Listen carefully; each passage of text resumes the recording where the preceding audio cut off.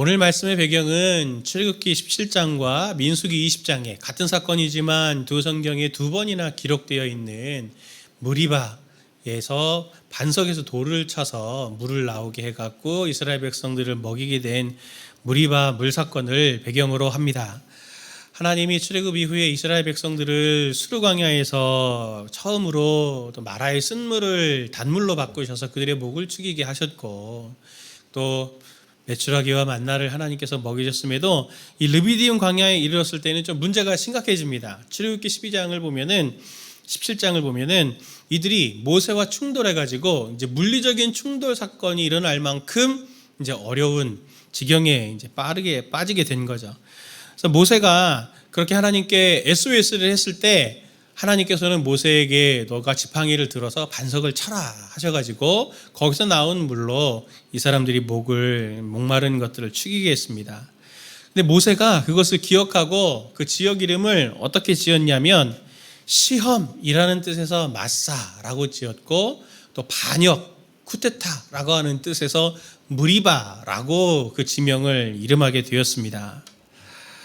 이때의 이야기가 지금 한 3,500년 전의 이야기거든요.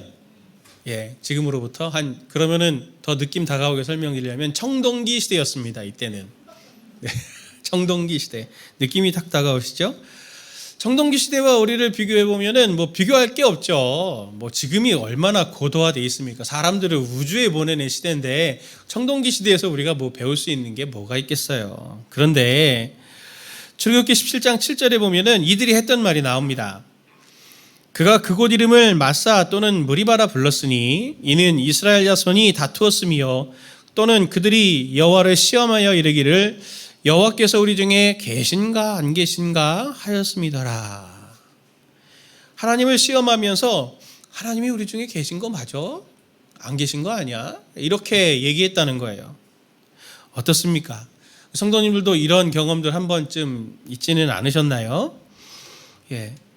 하나님의 은혜들이 앞서서 이렇게 있어도, 이스라엘 백성처럼 앞에서도 이렇게 분명히 있어도 하나님이 살아계시다면 과연 이런 일이 나한테 생길 수 있나?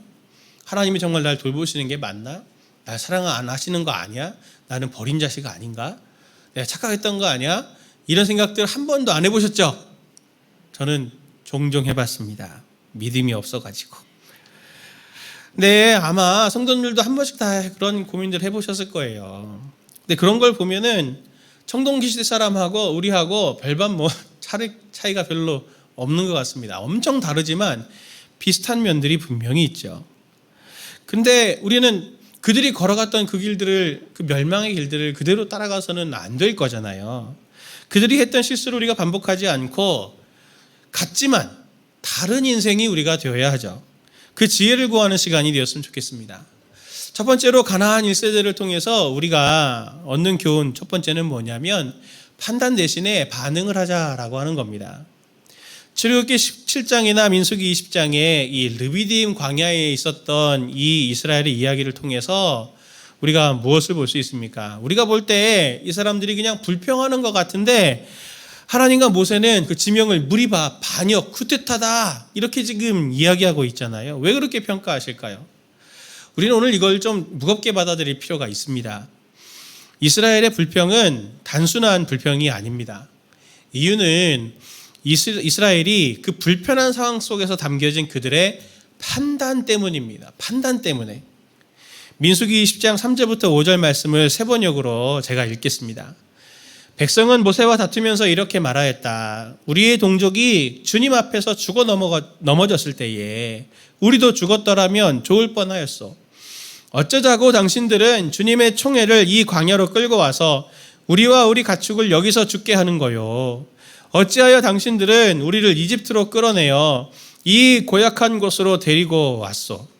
우리는 씨를 뿌릴 곳도 못 되고 무화과도 포도도 석류도 없어, 마실 물도 없어 하면서 이렇게 불평을 했죠. 특별히 제가 4절에 이렇게 굵은 글씨로 해놨는데 이 본문을 원문으로 해서 뉘앙스를 살려서 읽으면은 어떻게 해석을 할 수 있냐면 이런 뜻이 됩니다. 우리와 우리 가축을 여기 죽게 만들 목적이었던 것이요? 우리를 이집트에서 건져낸 게, 광야에서 우리를 이렇게 죽게 할 목적으로 데리고 온 거요? 이스라엘이 그렇게 반항을 하는 거죠. 누가 여기가 죽을 자리라고 그랬습니까?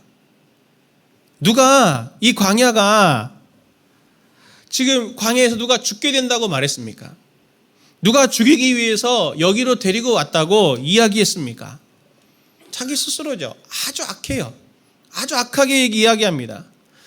불평은 할 수 있습니다. 힘들면 불평이 나오죠. 힘들면 신음이 나오듯이 말입니다. 하나님은 불평하는 거는 용납하세요. 하나님이 이렇게 옹졸하신 분이 아닙니다. 모세도 힘들 때가 있었고 다윗도 힘들 때가 있었고 심지어 엘리야 같은 선지자들도 힘들 때 하나님께 실망해서 하소연하고 불평한 적이 있었습니다. 그런데 그럴 때마다 하나님은 그들에게 나타나서 그들을 책망하시는 것이 아니고 그들을 위로하셨습니다. 그들이 중간에 살아가던 삶들을 포기하지 않도록 까마귀를 보내서라도 물도 보내주시고 고기도 보내주시고 사람들을 보내주시고 해서 그들을 책망하지 않으시고 위로하고 힘을 불어넣어 주셨던 하나님이에요. 그런데 오늘 하나님이 왜 이렇게 심각하게 생각하시냐면은 그들 이스라엘은 불평의 범위를 넘어서 지금 판단을 하고 있기 때문입니다. 사전을 찾아보니 판단은 사물을 인식하여 논리나 기준 등에 따라 판정을 내림이라는 뜻을 가졌더라고요. 스스로가 기준을 가질 수가 있습니까? 우리가 판단 기준을 가질 수가 있나요? 판단은 재판장이나 주인이 하는 겁니다. 주님께서 이스라엘 백성을 왜 반역이라고 하시냐면 그들에게 판단자가 있는데 그 판단해야 되는 하나님의 역할을 자신이 판단해서 우리는 이제 끝이야. 우린 여기서 이제 하나님께서 우리를 여기 데리고 온 건 우리를 죽이려고 하는 목적인 거야. 그게 이제 알아버렸어. 이런 식으로 스스로 판단하고 스스로 주인 노릇을 했기 때문이죠. 그들의 판단은 스스로가 주인 돼서 주변에 있는 상황들을 보고 계산해서 판결을 끝냈다라고 하는 것들 때문에 하나님께서 그들이 지금 반역한 거다라고 그렇게 말씀하고 계신 겁니다. 우리가 읽은 히브리서 말씀은 사실 시편 95편 7절 8절 말씀을 인용한 건데요. 이 부분을 조금 더 길게 우리 성도님들과 한 절씩 우리 한번 교독해 볼까요? 95편 3절부터인데 자막이 있습니다. 여호와는 크신 하나님이시요 모든 신들보다 크신 왕이시기 때문이로다. 땅의 깊은 곳이 그의 손 안에 있으며 산들의 높은 것도 그의 것이로다. 바다도 그의 것이라 그가 만드셨고 육지도 그의 손이 지으셨도다. 오라 우리가 굽혀 경배하며 우리를 지으신 여호와 앞에 무릎을 꿇자. 그는 우리의 하나님이시요 우리는 그가 기르시는 백성이며 그의 손이 돌보시는 양이시기 때문이라. 너희가 오늘 그의 음성을 듣거든 너희는 무리바에서와 같이 또 광야의 마사에서 지냈던 날과 같이 너희 마음을 완악하게 하지 말지어다. 같이 봅니다. 그때에 너희 조상들이 내가 행한 일을 보고서도 나를 시험하고 조사하였도다. 아멘. 시편 저자는 그들의 조상이 우리가 양이고 우리가 하나님이 기르는 백성임에도 불구하고 또 창조주 하나님이 하신 일들, 만나와 메추라기를 보내주시고 마라의 쓴물을 단물로 바꿔주신 일들을 경험하고도 또 거기에 더해서 하나님께서 말씀을 주셔서도 끊임없이 하나님께 대해서 어떻게 얘기했다고 합니까? 어떻게 시험했다고 합니까? 당신이 하나님인지 당신이 하나님이시면 나를 이해시켜 보십시오. 당신이 정말 나를 사랑하는지 증명해 보세요. 이런 태도를 가졌다고 하는 겁니다. 이런 태도는 유대인들에게도 예수님 당시의 유대인에게도 있었죠. 당신이 하나님의 아들이면 하늘로서 오는 표적을 우리에게 보여주시오.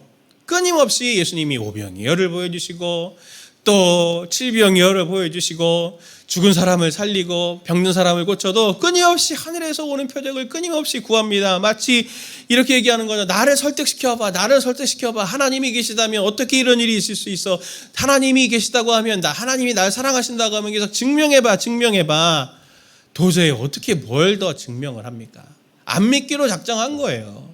안 믿기로 작정한 겁니다. 그러니 예수님도 내가 더 이상 보여줄 표적이 없고 내가 너에게 보여줄 표적은 요나의 표적밖에는 보여줄 표적이 없다 하시면서 예수님도 가슴을 치셨죠. 3,500년이 지난 오늘 우리가 살아가는 이 태도는 어떻습니까? 우리에게도 그런 모습들이 있지는 않나요? 하나님이 계시다면 어떻게 이 세상에 이런 일이 있을 수 있지? 하나님이 계시다면, 하나님이 나의 아버지시라면, 나를 인도하신다면 내 삶에는 왜 이런 일이 생기는 거야? 왜 하나님은 내 기도에 응답해 주시지 않는 거야? 이런 얘기들을 우리가 종종 하지 않습니까? 제가 얼마 전 제자반을 진행하는데 한 성도님이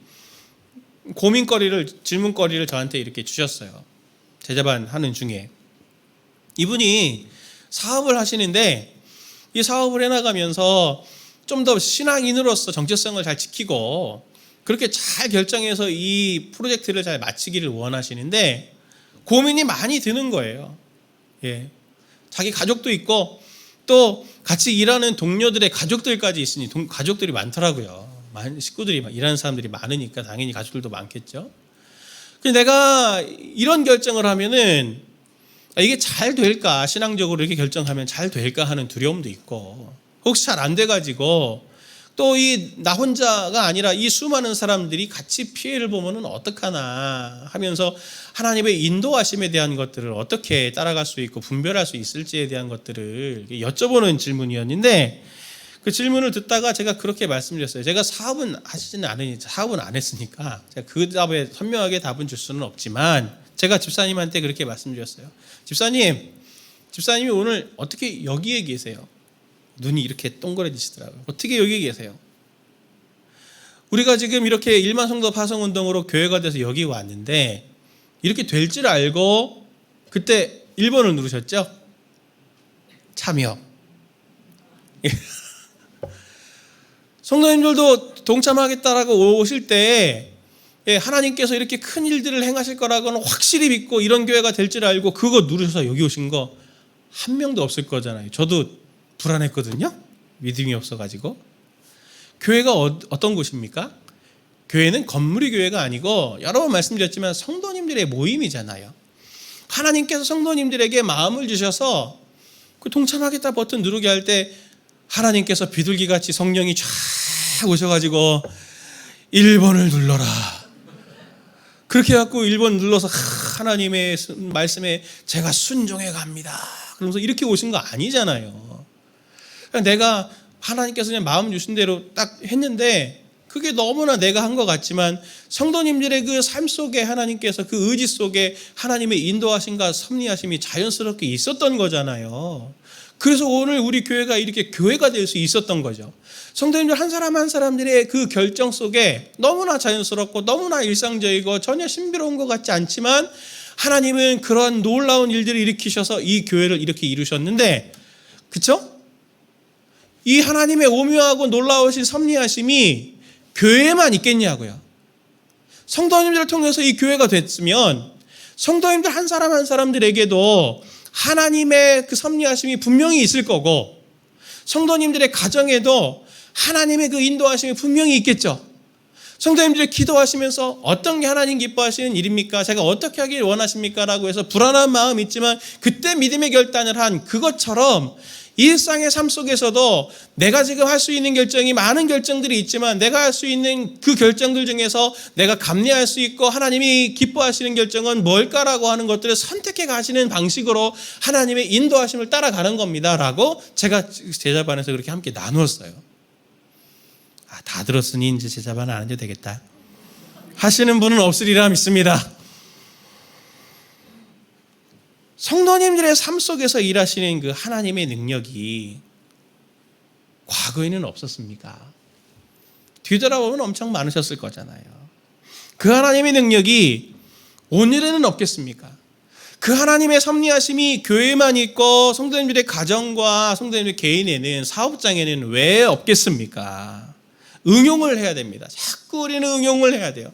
과거의 은혜의 경험으로 오늘의 은혜를 기대하며 그것을 자꾸 응용하려고 하는 것들이 우리에게 필요해요. 근데 문제는 뭐냐면 우리에게 있는 이 반역의 습관이 있죠. 어떤 반역의 습관입니까? 판단하는 습관이죠. 이걸 정말 조심해야 됩니다. 3,500년 전에 광야의 이스라엘 백성뿐만 아니라 예수님과 바울의 주변에 있던 사람들부터 오늘 지금의 이 순간까지도 사람들은 우리의 상황과 환경을 바라보면서 이렇게 말하기를 좋아하죠. 나는 망했어. 나는 성공했어. 나는 끝이야. 나는 아직 소망이 있어. 나는 죽었다, 나는 살았다라고 누가 그렇게 판정을 내리게 했습니까? 바울은 이 판단하는 것에 대해서 이렇게 말합니다. 고린도전서 4장 3절 5절 말씀인데 같이 함께 이 말씀 봅니다. 너희에게나 다른 사람에게나 판단받는 것이 내게는 매우 작은 일이라. 나도 나를 판단하지 아니하노니 내가 자책할 아무것도 깨닫지 못하나 이로 말미암아 의롭다함을 얻지 못하노라. 다만 나를 심판하실 이는 주시니라. 그러므로 때가 이르기 전 곧 주께서 오시기까지 아무것도 판단하지 말라. 그가 어둠에 감추인 것을 드러내고 마음의 뜻을 나타내시리니 그때 각 사람에게 하나님으로부터 칭찬이 있으리라. 아멘. 바울도 말합니다. 나도 나를 판단하지 않는다. 나도 나를 판단하지 않는다. 나를 판단하실 이는 주시다 하면서 나도 지금 판단하지 않고 이 길을 걸어간다 말합니다. 내가 주인 돼서 판단하는 습관은 나쁜 습관이고 반역하는 습관입니다. 주님은 우리의 목자로 우리를 인도하시는 분이신데 나보다 더 나의 상황을 더 잘 알고 계시고 내가 계획 세우는 것보다도 내 모든 삶의 계획을 더 잘 세우실 수 있는 분입니다. 우리의 모든 상황을 아시고 정확하게 판단하시고 정확한 때에 우리를 인도하시는 그 하나님의 손에 우리는 인도받기만 하면 되는 것이죠.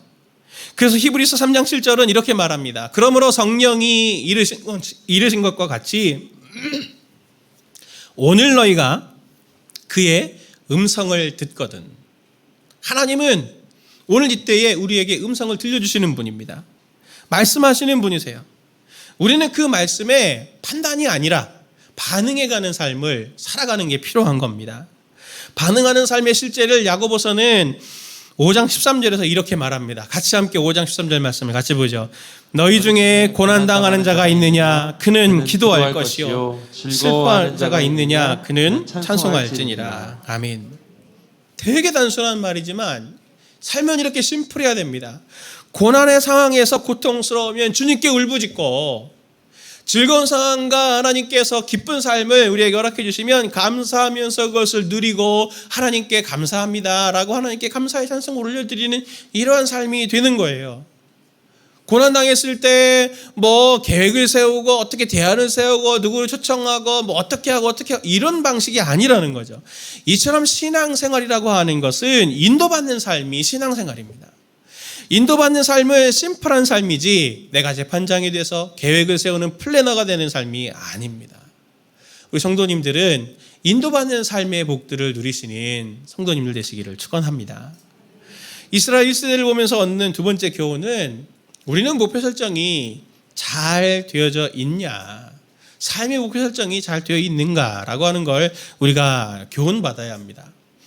저도 청소년 사역을 오래 했거든요. 청소년 사역을 오래 하고 또 지금도 사춘기 친구들을 이렇게 키우고 있는데 사춘기 학생들의 이 특징들이 있어요. 사춘기 부모님들은 아실 겁니다. 뭔가 이 친구들한테 이제 교훈을 하고 당부를 하고 굉장히 이제 따뜻하게 이렇게 다 해서 야 이렇게 해야 되지 않겠니? 이렇게 해야 되지 않겠니? 이제 막 이제 이러면 이 친구들이 사람들은 다 다른데 공통적으로 하는 얘기가 있어요. 아마 경험해 보셨을 텐데 재미가 없어요. 예배 잘 드려요. 재미가 없어요. 큐티를 해야지 재미가 없어요. 공부 잘 재미가 없어요. 재미가 없대요. 그러면서 제가 하는 얘기가 있죠. 재미로 사냐? 재미로 사냐? 속으로는 너도 재미가 없다. 제가 그렇게 말하고 싶어요. 저랑 이렇게 얘기하는 것도 재미가 없다. 사친구 친구들의 삶의 가장 중요한 판단기 중에 하나는 재미인 것 같습니다. 분명히. 그런데 성도님들을 대할 때 이 재미 논쟁이 다른 옷을 갈아입은 걸 종종 제가 발견해요. 행복과 고통 논쟁. 삶을 판단할 때 행복한가 아닌가, 고통이 있는가 고통이 없는가, 이 기준으로 굉장히 쉽게 우리가 판단을 한다는 것이죠. 어떠십니까? 자, 거꾸로 여쭤볼게요. 인생이 행복해지려고 사는 겁니까? 고통이 없으려고 사는 겁니까? 광야의 이스라엘 백성들이 불평하는 내용들을 오늘 이 본문에서 민수기 20장 4절 5절 말씀을 보면은 이스라엘 불평하는 내용이 구체적으로 나와요. 너희가 어찌하여 여호와의 회중을 이 광야로 인도하여 우리와 우리 짐승이 다 여기서 죽게 하느냐? 너희가 어찌하여 우리를 애굽에서 나오게 하여 이 나쁜 곳으로 인도하였느냐? 이곳에는 파종할 곳이 없고 무화과도 없고 포도도 없고 석류도 없고 마실 물도 없도다 라고 하면서 불평을 해요. 근데 이 불평하는 내용을 보면은 자, 이렇게 불평했으면은 이해가 돼요. 저희 아이들도 여행 가면 아빠 언제 도착해요? 10번 물어보면 도착한다. 30분 단위로 물어보는 걸 보니 언제 도착해요 하나님? 언제 도착하는 거예요? 그러면 그래 조금만 기다려라. 조금 기다려. 그럴 텐데 이 사람들은 파종할 곳도 없고 무화과도 없고 포도도 없고 석류도 없고 마실 물도 없도다 그러면서 하나님의 약속 가나안 땅이라고 하는 것은 안중에도 없고 그들에게는 오직 오늘이라고 일컫는 동안에 내가 먹고 마시는 것, 무화과, 포도, 석류로 대표되는 일상의 평안만이 관건입니다. 하나님의 나라는 없는 거예요. 가나안 땅은 생각하고 싶지도 않아요. 포도만 있으면 돼요. 석류만 있으면 돼요. 물만 있으면 돼요. 이스라엘 백성과 우리가 비슷하지 않습니까? 이스라엘 백성은 약속된 가나안 땅으로 가는 사람들입니다. 우리는 어떻습니까? 우리는 하나님의 나라, 약속된 하나님의 나라를 향해서 우리도 함께 걸어가는 사람들입니다. 너무 비슷하죠. 아마 성도님들도 읽어보셨을 텐데 리고렌 목사님이 지은 목적이 이끄는 삶이라고 하는 책을 읽어보신 분들 계실 겁니다. 하나님께서 선지를 창조하실 때 계획을 가지고 지으셨고 그 영원한 계획 속에서 태초부터 우리도 하나님께서 계획하셔서 우리를 그렇게 하나님의 목적에 따라 지으셨다라고 하는 책의 내용이 핵심적인 내용이죠. 공감하고 동의합니다. 성도님들 한 사람 한 사람, 저도 한번 설교 드린 적이 있지만 성도님들 한 분 한 분이 다 하나님의 목적과 그 영원한 계획 속에서 창조를 받아서 오늘 저희들이 여기 지금 이렇게 모인 사람들인데 그 삶에서 일어나는 생사고락이라고 하는 그러한 여러 가지 일들이 방향성이 없겠냐 이 말입니다.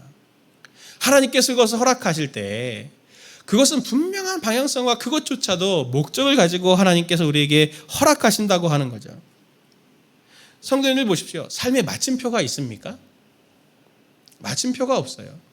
동화책에는 백마탄 왕자가 공주를 데리러 왔다. 행복하게 잘 살았습니다. 끝 하는 게 있지만 그 뒤에 이야기가 우리에게는 있잖아요. 우리의 삶을 보면은 우리의 삶이 이 과정의 연속이다라고 하는 것들을 우리가 분명히 깨달을 수 있습니다. 신앙이 깊어지고 우리가 시행착오를 적게 하려면 우리의 삶이 이 삶의 과정의 연속이다라고 하는 것들을 빨리 깨닫는 게 우리에게 지혜를 주더라고요. 저도 한 주일을 시작하면서 월요일에는 꼭 한 주간 사역들을 이렇게 좀 정리를 합니다. 쭉 정리를 하고 매일 아침에마다도 제가 말씀 묵상을 하고 난 다음에는 늘 오늘 내가 해야 될 그런 사역들에 대해서 한 주간 계획 세웠던 것 중에 살을 붙일 건 살을 붙이고 놓친 것들은 없나 이런 것들 우선순위 따라 쭉 정리를 해서 매일매일 삶에 대한 부분들을 잘 점검하면서 그렇게 사역들 해나가는 습관이 있거든요. 때로는 그 체크리스트 다 채우지 못할 때도 있어요. 그러나 놓치지는 않아요. 조금 그것이 우선순위에 밀려서 다음날, 그 다음날, 때로는 뭐 한 일주일 늦춰서 하기는 하지만 느리게 진행되더라도 놓치지는 않습니다. 저한테 아주 특별한 경험이 있어요. 어느 날 어떻게 하다가 이렇게 저도 유튜브 쇼츠를 이렇게 보는데 하나를 딱 보니까 세상에 재밌는 게 왜 이렇게 많아요. 끊지를 못하겠어요. 막 5분, 10분. 그 다음에 또 뭐가 나오죠? 그때 말이 되게 궁금해.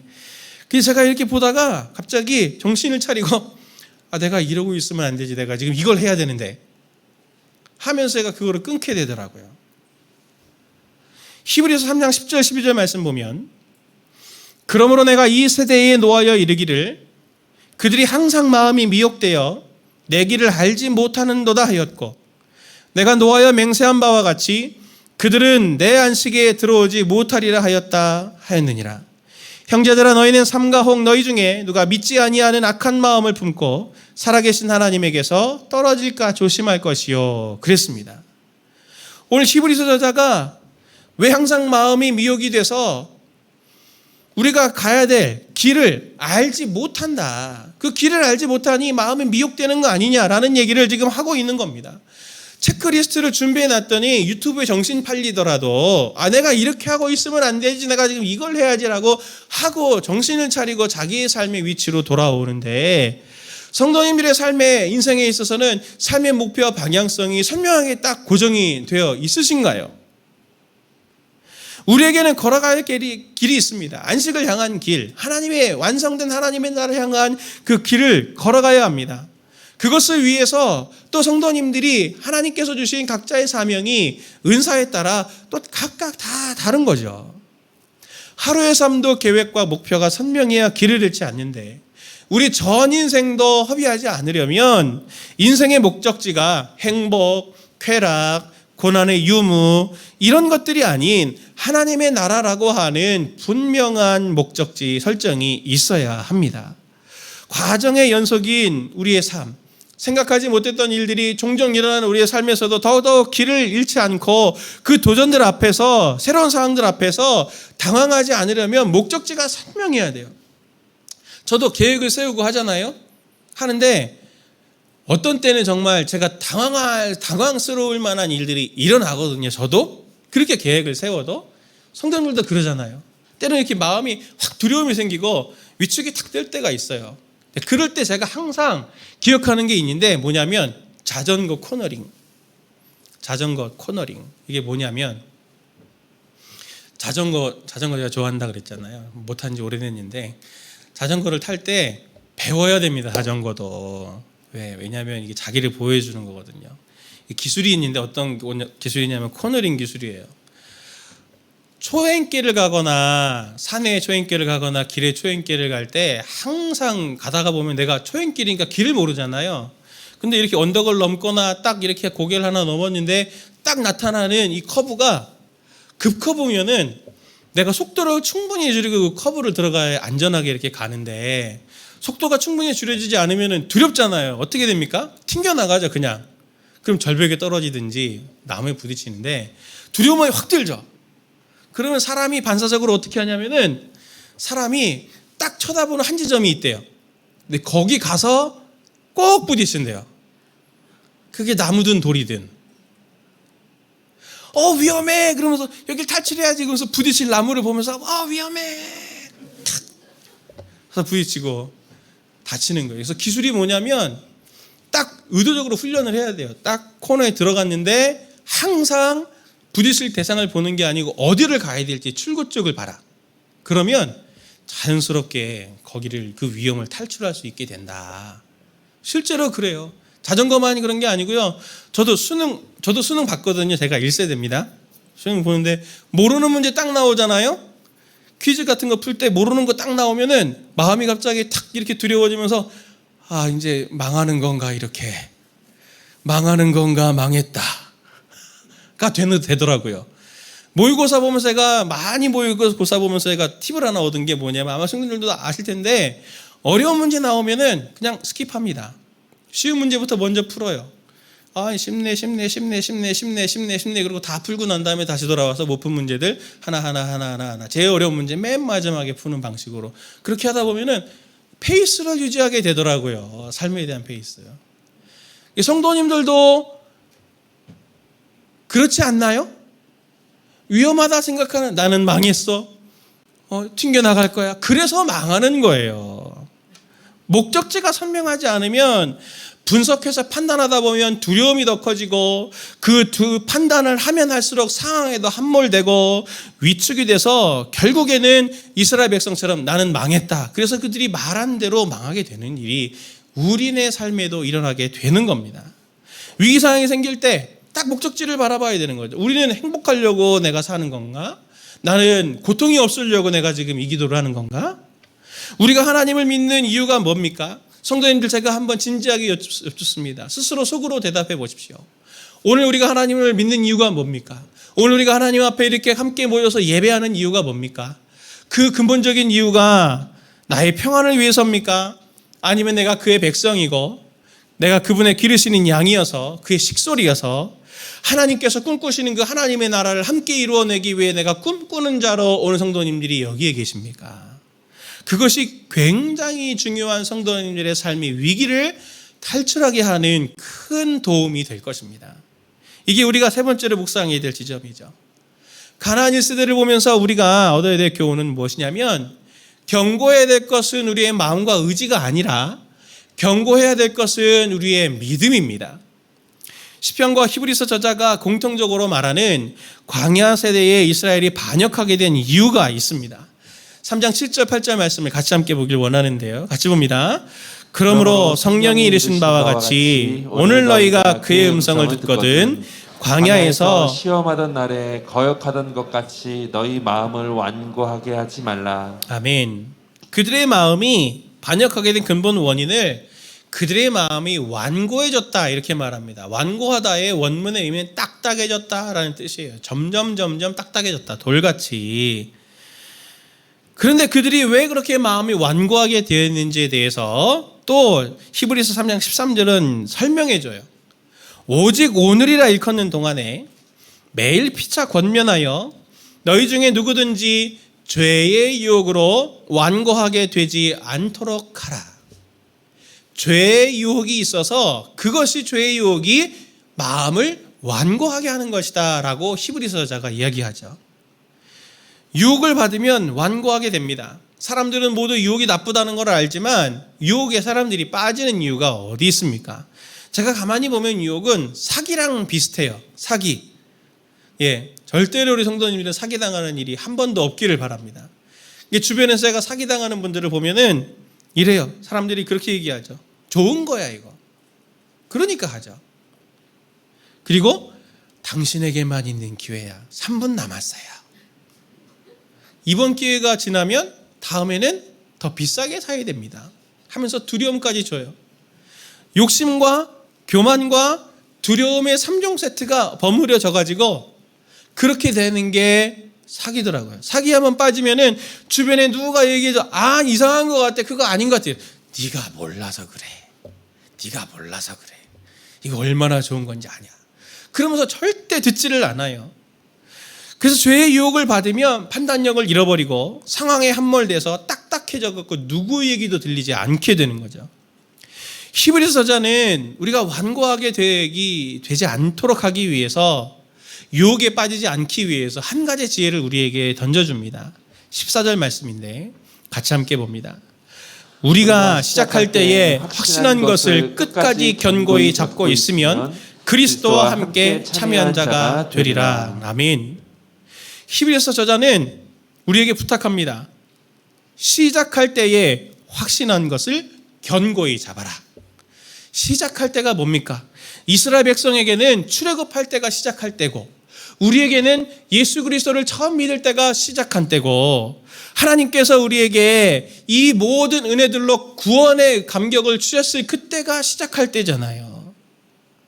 그 구원의 기쁨을 견고히 잡고 있으면 육은 피하게 되고 마음의 굳어짐도 피하게 되고 완고함을 피하게 된다고 오늘 성경이 우리에게 말해줍니다. 우리는 마음의 견고함 대신에 완고함 대신에 믿음의 견고함이 우리에게 필요한 것이죠. 제가 청년들과 요즘 대화를 이렇게 한 사람 또 만나면서 대화를 나누고 있는데 우리 청년들 참 귀합니다. 이 청년들의 기도 제목들을 제가 이렇게 쭉 물어보면서 무엇을 위해 기도해 줄까요? 이렇게 물어볼 때 한 청년과의 대화가 제가 이렇게 마음속에 참 이렇게 울림이 되었어요. 기도 제목을 나누는데 청년이 눈물을 이렇게 보이면서 하는 얘기가 뭐냐면 대학 때는 의욕적으로 내가 사회 나가면 믿음으로 내가 살아보겠다라고 하는 마음에 열정이 있었는데 막상 이제 사회에 딱 나가보니까 믿음으로 살아내려고 도전을 해도 그거 참 너무 쉽지 않고 또 이 여러 유혹들로부터 시작해서 너무 세상에 이 믿음이 의욕이 너무 쉽게 꺾이고 타협하는 걸 보면서 그리고 나만 그런 게 아니고 우리 믿음의 선배들도 그랬구나. 나도 저렇게 되는 게 아닐까 하는 두려움도 생기고 또 나도 그렇게 걱정이 되고 내 후배들은 어떨까라고 하는 그런 생각도 들면서 참 인생이 목사님 참 비참한 것 같아요 라고 그렇게 저한테 얘기하더라고요. 비참한 것 같습니다. 우리 삶을 보면 참 거칠은 광야 같잖아요. 성도님들도 지난 한 주간을 뒤돌아보시면 얼마나 거칠은 광야, 정말 뜨거운 떼약볕 같은 그 힘든 순간들도 있었고, 메마른 타는 듯한 목마름 때문에 너무나 허덕거리면서 하루하루 그렇게 오늘까지 오셨을 거잖아요. 근데 우리는 광야 백성들처럼 툭 하면 애굽으로 돌아갑시다, 세상으로 돌아갑시다, 그렇게 또 하기도 쉬운 우리이기도 하잖아요. 그러니 얼마나 자괴감이 들고 참 너무 무기력한, 세상 앞에 무기력한 자기 자신을 보면서 얼마나 절망감이 많이 들겠습니까? 그래서 아마 그 청년도 눈물을 이렇게 흘리지 않았나 제가 또 생각하면서 속으로 기도하게 됐는데, 성도님들, 이 한계를 한번 극복해 볼 수는 없을까요? 우리가 맨날 지기만 하고 위축되기만 하고 하는 그게 좀 자존심 상하지는 않습니까? 목사님이 사회생활 안 해봐서 그래요. 하실 수도 있겠죠. 저도 제 나름대로의 도전이 있거든요. 이스라엘의 광야의 기록인 출애굽기, 민수기를 보면은 이스라엘 백성들은 광야에서 정말 수십 차례 반역을 하고 불평을 합니다.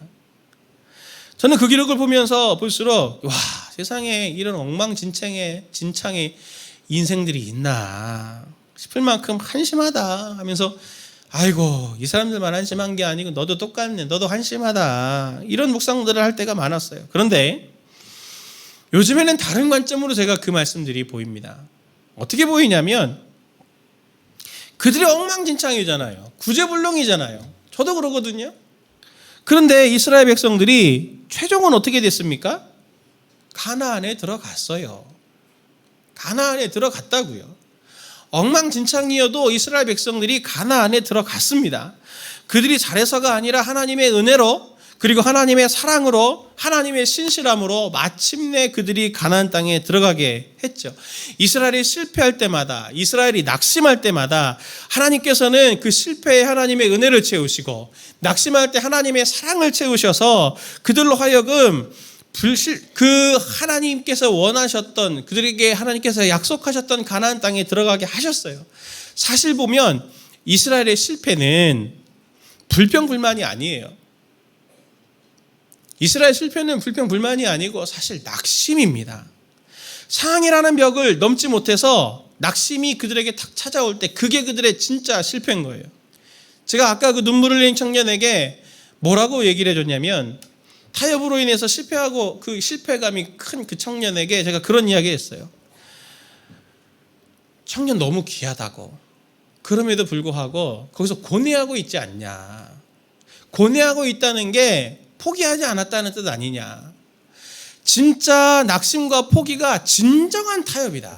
자매는 타협하지 않은 거라고. 실패했다고 느낄 때, 나는 절망이라고 느낄 때 고뇌와 고민만 하고 있더라도 그것은 타협이 아니다 라고 제가 말해줬어요. 한 잔의 술을 받아먹고 크리스찬으로서 내가 이렇게 또 타협했어 라고 하는 그 양심의 가책이 있을 때 그 사람은 아직도 그 양심이 살아서 어떻게든 다음에 그 자리에서 나는 어떻게 할 수 있을까, 이런 상황에서 나는 어떤 선택을 할 수 있을까, 하나님 기뻐하시는 뭘까라고 하는 것들을 차곡차곡 고민해 나아가는 그러한 삶이 하나님께서 기뻐하시는 올바른 삶이고 신앙의 성장을 이뤄가는 삶의 실제를 지금 자매가 성숙함으로 지금 감당하고 있는 거예요. 힘을 내세요. 제가 그렇게 말씀드렸는데 오늘 성도님들도 분명히 그러실 거라고 믿습니다. 실패했다고 느낄 때, 실패한 그것이, 낙담한 그 상황이 하나님께는 은혜를 채울 기회요, 하나님의 사랑을 채울 기회로 성도님들에게 누려지기를 하나님은 간절히 원하십니다. 약할 때 강함 되시네라고 하는 찬양 아시죠? 약할 때 강함 되시네, 나의 보배가 되신 주. 이 찬양 데니스 전이건이라는 사람이 지은 찬양이거든요. 59년생이신데 이분이 출생해서 어릴 때부터 신앙생활을 했는데 이분에게 고민이 있었어요. 어릴 때부터. 뭐냐면 이 사람이 이제 동성애자거든요. 그러니까 어릴 때부터 교회에서 이제 동성애가 죄다라고 하는 그런 얘기들 들으니 너무 마음 힘들어서 이걸 극복해 보려고 했는데 심지어 대학에 들어가서 이성교제를 해봐도 자꾸 실패하는 거예요. 그래서 한 목회자에게 자기가 동성애자다라고 하는 것들을 고백하면서 자기를 위해서 좀 도와주시고 어떻게 하면 제가 여기서 노임을 받을 수 있겠습니까? 라는 상담을 했더니 그 목회자가 거꾸로 동성애 관계를 요구하는 거예요. 더 상처를 받았어요. 그래서 나는 이제 자살해야 되겠다. 이 고민까지 이제 이 전희건이 갔던 거죠. 성격이 내성적이고 그리고 평소에 이게 피아노 치는 걸 너무 좋아해서 밴드에 들어갔는데 그 밴드에서 한 친구에게 자신의 이 고민을 이제 털어놨더니 이 친구가 그렇게 얘기했습니다. 하나님은 지금 내 모습 그대로를 사랑하셔. 내가 너를 어떻게 도와줘야 될지는 내가 잘 모르겠지만 내가 답은 알고 있어. 예수님이 너의 답이 되실 거야. 예수님이 너를 도와주실 거야. 그러면서 같이 기도하기 시작했습니다. 이 전희건이 이 말을 듣고 큰 위로를 받고 회복을 향한 발걸음들을 이제 시작하게 되는데 동성애를 벗는 게 한순간 되지 않더라고요. 우리도 믿음이 막 하루아침에 딱 이렇게 생기고 모든 죄가 확 벗어지기를 바랬지만 그렇게 되지 않잖아요. 예수님과 함께하는 이 치열하고 처절한 몸부림을 이제 전희건이 하기 시작하거든요. 매일마다 피아노 앞에서 성경책을 펴놓고 시편을 펼치고 말씀을 묵상하고 또 말씀 속에서 살인과 간음죄로 그렇게 고통당했던 또 회복이 되었던 다윗을 묵상하면서 자신의 고통을 하나님 앞에 매일매일 전희건이 쏟아놓습니다. 그리고 어느 날 많은 시간이 지난 후에 하나님이 정말 자신을 용서하고 계시구나 라고 하는 것을 깊게 깨닫게 됐고 죄책감으로부터 이제 자유하게 되고 그것을 자신의 삶의 고백으로 만든 노래가 약할 때의 강함 되시네 라고 하는 이 찬양입니다. 그는 이후에 83년도 멜린다 휴릿이라는 여인과 결혼해서 지금 자녀 9을 낳고 잘 살고 있습니다. 그리고 몇 년 전에도 우리 한국에 와서 간증한 영상이 유튜브에 있더라고요.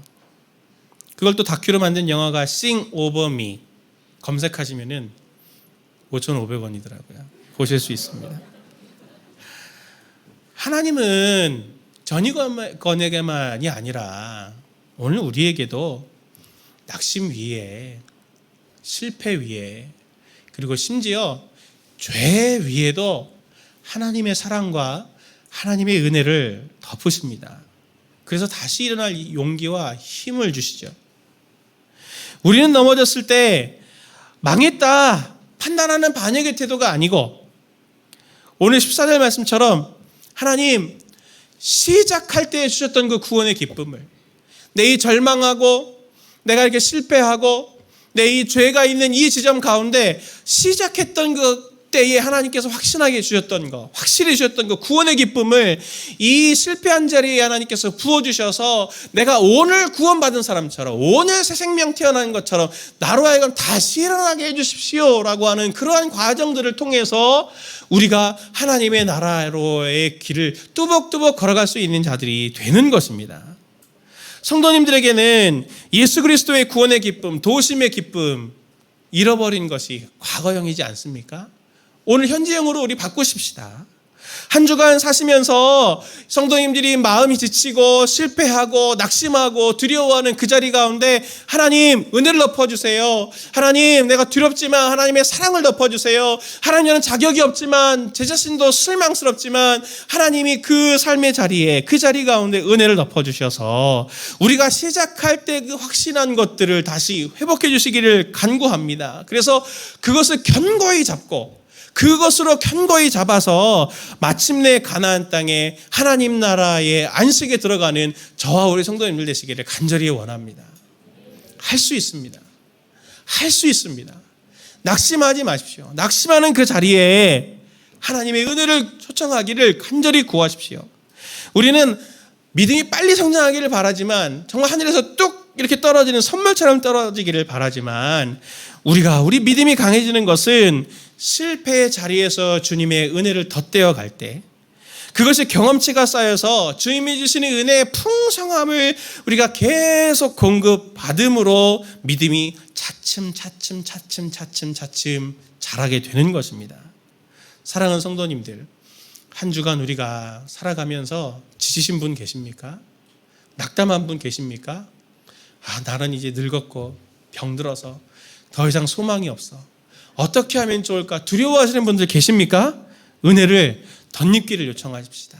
그 두려워하는 지점 가운데, 낙심한 지점 가운데, 상처 입은 그 지점 가운데, 죄가 너무 심각해서 어떻게 하면 좋을까 두려워하는 그 지점 가운데 하나님의 은혜를 덧입기를 요청하십시다. 그것이 우리가 강해지는 원리요 실제가 될 것입니다. 광야 같은 삶을 살아가는, 또 여기 지나가시면 성도님들에게 기다리고 있는 광야 같은 삶이 분명히 있을 거잖아요.